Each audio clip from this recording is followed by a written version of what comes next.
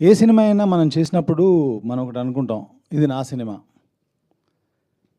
నా సినిమా అని ఇక్కడ ఉన్న వాళ్ళందరూ చెప్పుకుని ఉంటారు. అలా నా అంటే, నా వరకు నా అంటే చాలామంది నాలు కలిస్తే నేను. నా వెనకాల ఉన్న నాల్లో మొట్టమొదటి నా ఆ పరమాత్ముడు, ఆ పరమశివుడు.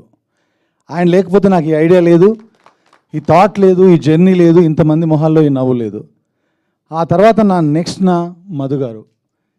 ఐడియా చెప్పగానే మనం చేద్దాం, జాగ్రత్తగా చేద్దాం, జనాలకు రీచ్ అయ్యేలా చేద్దాం, విఎఫ్ఎక్స్ ఉన్నాయన్నారు, ఎంత ఖర్చైనా చేద్దామని వెనకాలే ఉండి వెన్ను తట్టిన మధు గారు.